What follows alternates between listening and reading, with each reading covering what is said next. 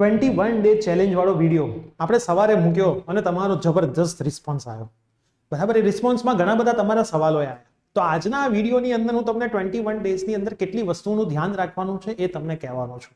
બરાબર, જેટલી પણ વસ્તુઓના સવાલો તમારા આવ્યા છે એ રિલેટેડ જ આ સવાલોના જવાબ માટેનો વિડીયો છે. તો આ વિડીયો તમે ખાસ જોઈ લેજો એટલે તમને તમામ માહિતી આ વિડીયોમાંથી મળી રહે. યસ દોસ્તો, મારું નામ છે પ્રિયેશ પટેલ. આપ સર્વેનું હાર્દિક સ્વાગત છે પ્રિયેશ વિદ્યાપીઠ પ્લેટફોર્મની ઉપર.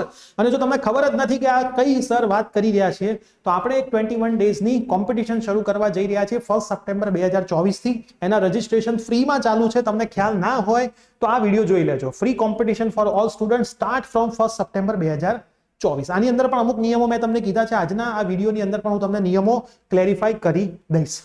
હવે વન બાય વન તમે તમામ નિયમોને સમજી લો. બરાબર, વન બાય વન તમે તમામ નિયમોને સમજી લો. પહેલો નિયમ, સર મૂવી અથવા તો વેબ સિરીઝ જોવાય ના જોવાય?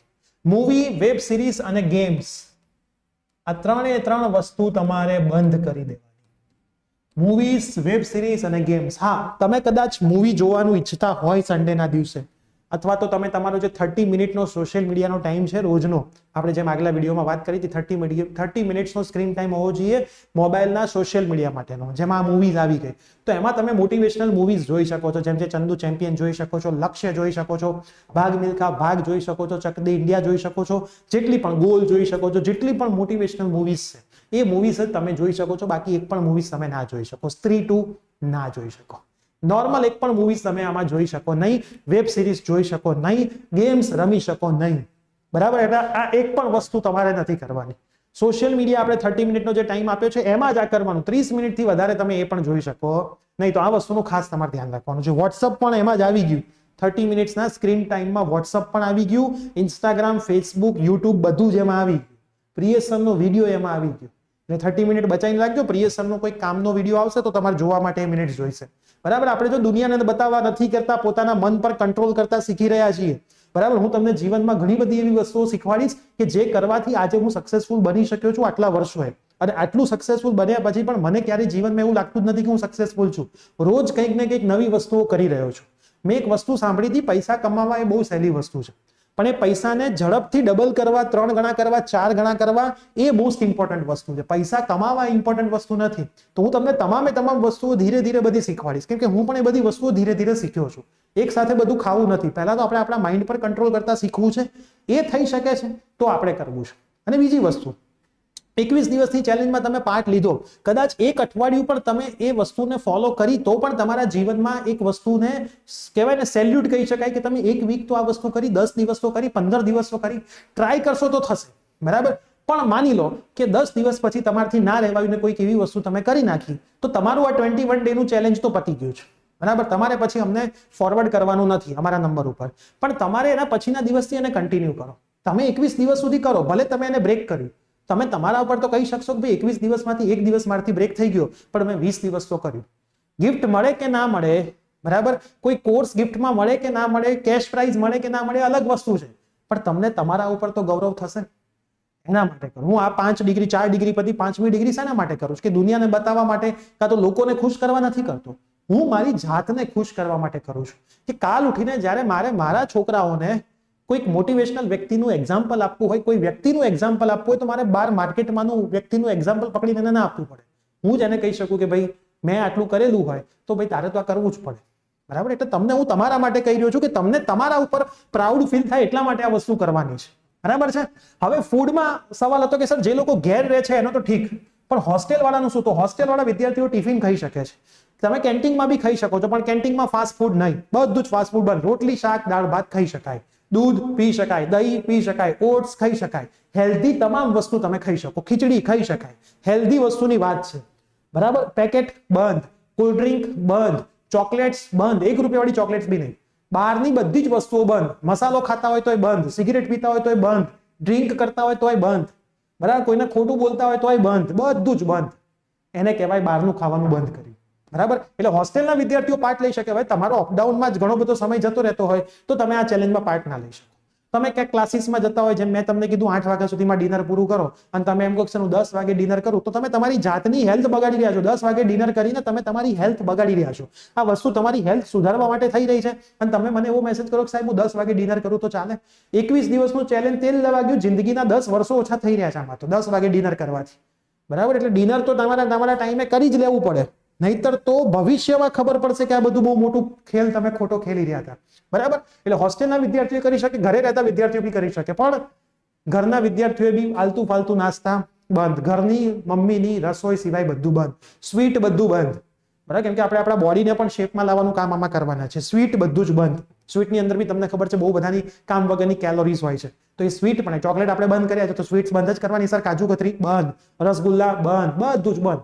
સ્વીટના નામે બધું બંધ. તમે નોર્મલ ચા પીવો છો ઠીક છે, દૂધ ની અંદર તમે ચીની નાખીને ખાઓ છો ઠીક છે, નોર્મલ તમે જે કન્ઝ્યુમ કરો છો સુગર એટલી તો ઇનફ છે, વધારાની સુગર આપણે લેવાની નથી. તો આ વસ્તુનું ખાસ ધ્યાન રાખીશું. એના પછી સર હું જીમ નથી જતો તો એક્સરસાઇઝ. તમે જીમ નથી જતા તો તમે દોડવા જઈ શકો છો, ચાલવા જઈ શકો છો, ઘરના ધાબા પર જઈને જમ્પિંગ જેક્સ કરી શકો છો, તમે દોરડા કૂદી શકો છો, બધી જ એક્સરસાઇઝ કરી શકો. યુટ્યુબ પર લખજો એક્સરસાઇઝ વિધાઉટ જીમ, ઢગલો વિડીયો આવશે. તમે 45 મિનિટ્સ એમાં એક્સરસાઇઝ કરી શકો છો. સરસ. તો જીમ જવાની એમાં કોઈ જરૂર નથી. 45 મિનિટ્સ એક્સરસાઇઝ કરવાથી તમે એક્ટિવ રહી શકો છો, તમે તમારું એનર્જી લેવલ અપ કરો છો અને તમે વધારે સ્ફૂર્તિ સાથે કામ કરી શકો છો. એટલે એક્સરસાઇઝ મોસ્ટ પ્રોબેબલી સવારે કરવી જોઈએ.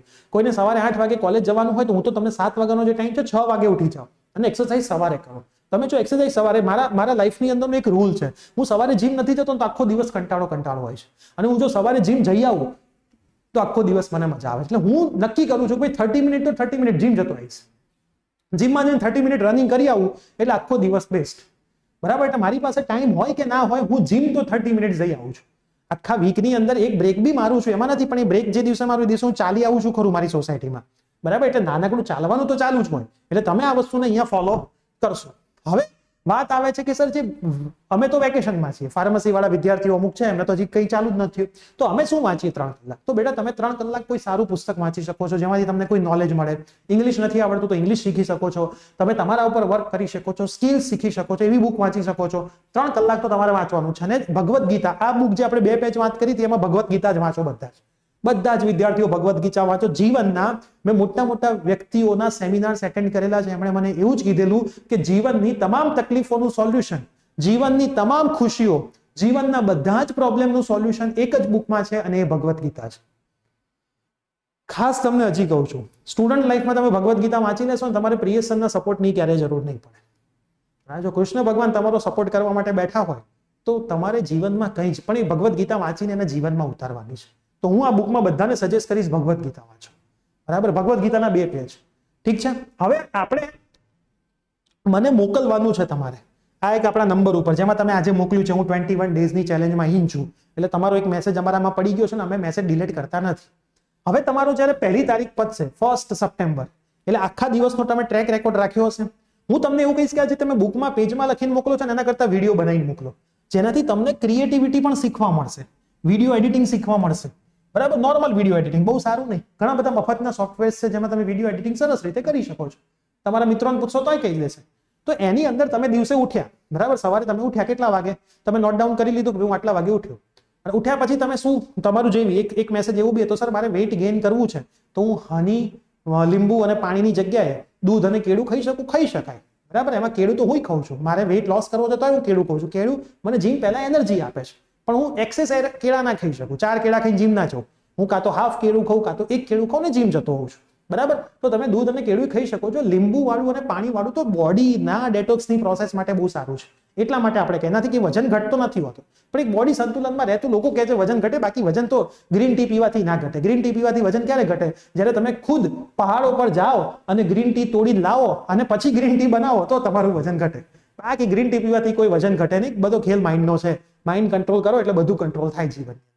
તો વિડીયો કેવી રીતે બનાવવાનો? સવારથી સાંજ સુધી તમે જેટલી પણ વસ્તુ કરી એ વસ્તુને એડ કરવાની કે ભાઈ આજે મેં 3 કલાક રીડિંગ આટલું કર્યું. આખું 3 કલાકનો વિડીયો નહીં, નાનકડો એક રીડિંગનો ફોટોગ્રાફ મૂકી દેશો તોય ચાલશે. પછી ભગવદ્ ગીતાની અંદર 2 પેજની અંદર હું આટલી વસ્તુ શીખ્યો. બરાબર?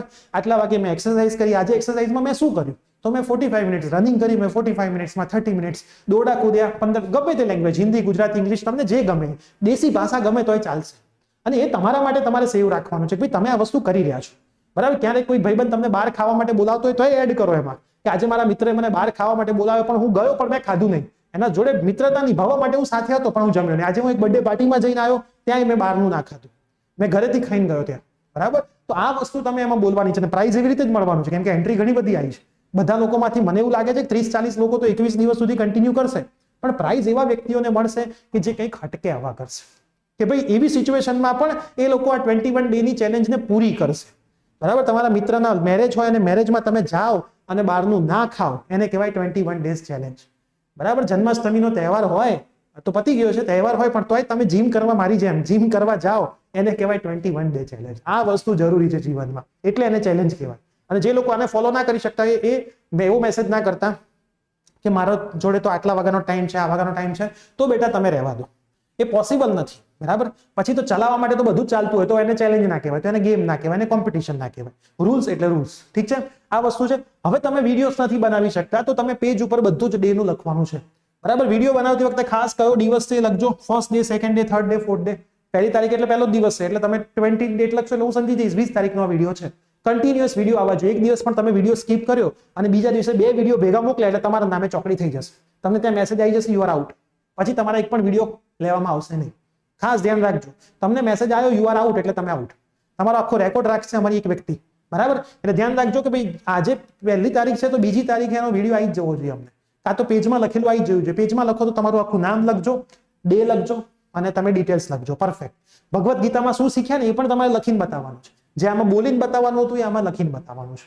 તમને કદાચ ખ્યાલ નહીં આવે તો આપણે શું કરવાના છીએ, 31 તારીખે હું મારો પોતાનો એક દિવસનો આખો વિડીયો તમને મોકલીશ 2 મિનિટનો.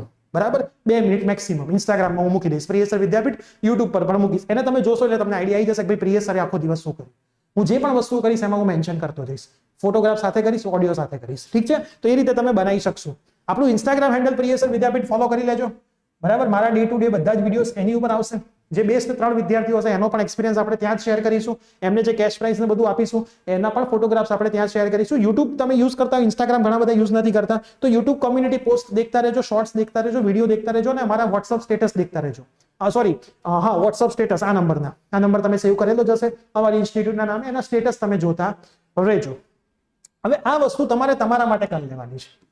પહેલો દિવસ ચાલુ થાય મતલબ 1 સપ્ટેમ્બર સવારે તમારે તમારો ફોટોગ્રાફ પાડી લેવાનો છે. અમને નથી મોકલવાનો, અમારે ફોટોગ્રાફ નથી જોતો તમારે તમારો ફોટોગ્રાફ પાડી લેવાનો છે તમારી સેવ માટે. અને 21 દિવસ પૂરા થાય જો તમે ચેલેન્જ પરફેક્ટ રીતે 21 દિવસ કરો છો તો છેલ્લા દિવસે તમારે તમારો ફોટોગ્રાફ ફરીથી પાડવાનો છે. અને તમને તમારામાં શું ચેન્જ આવ્યા એ પણ તમારે શેર કરવાનું રહેશે.